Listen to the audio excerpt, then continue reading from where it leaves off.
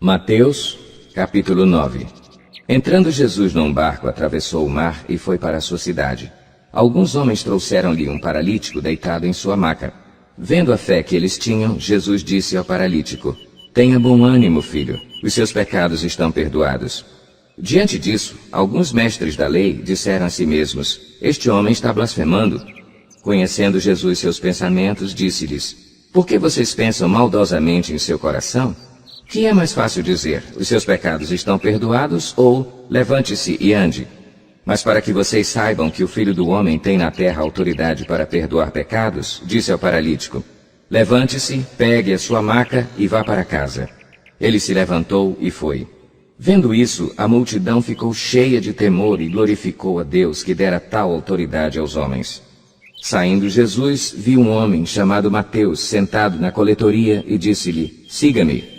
Mateus levantou-se e o seguiu. Estando Jesus em casa, foram comer com ele e seus discípulos muitos publicanos e pecadores. Vendo isso, os fariseus perguntaram aos discípulos dele: "Por que o mestre de vocês come com publicanos e pecadores?" Ouvindo isso, Jesus disse: "Não são os que têm saúde que precisam de médico, mas sim os doentes. Vão aprender o que significa isto: desejo misericórdia, não sacrifícios, pois eu não vim chamar justos, mas pecadores." Então os discípulos de João vieram perguntar-lhe: "Por que nós e os fariseus jejuamos, mas os teus discípulos não?" Jesus respondeu: "Como podem os convidados do noivo ficar de luto enquanto o noivo está com eles? Virão dias quando o noivo lhes será tirado, então jejuarão.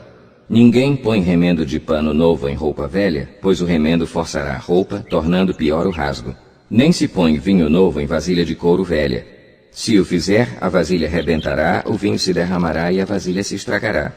Ao contrário, põe-se vinho novo em vasilha de couro nova, e ambos se conservam." Falava ele ainda quando um dos dirigentes da sinagoga chegou, ajoelhou-se diante dele e disse: "Minha filha acaba de morrer. Vem e impõe a tua mão sobre ela e ela viverá." Jesus levantou-se e foi com ele e também os seus discípulos.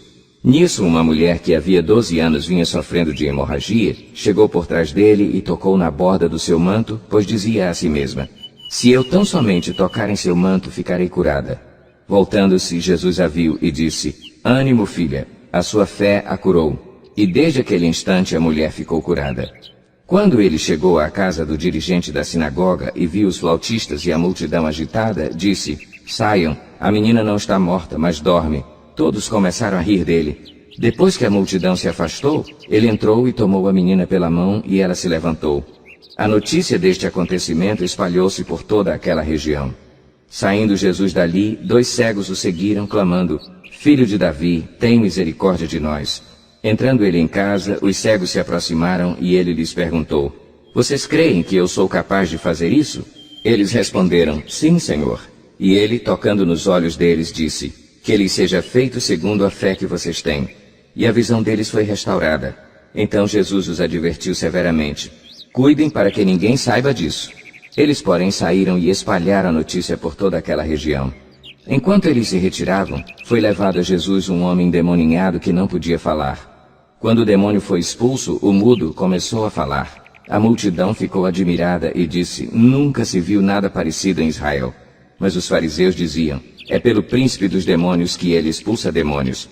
Jesus ia passando por todas as cidades e povoados, ensinando nas sinagogas, pregando as boas novas do reino e curando todas as enfermidades e doenças. Ao ver as multidões, teve compaixão delas, porque estavam aflitas e desamparadas, como ovelhas sem pastor. Então disse aos seus discípulos: "A colheita é grande, mas os trabalhadores são poucos. Peçam, pois, ao Senhor da colheita que envie trabalhadores para a sua colheita."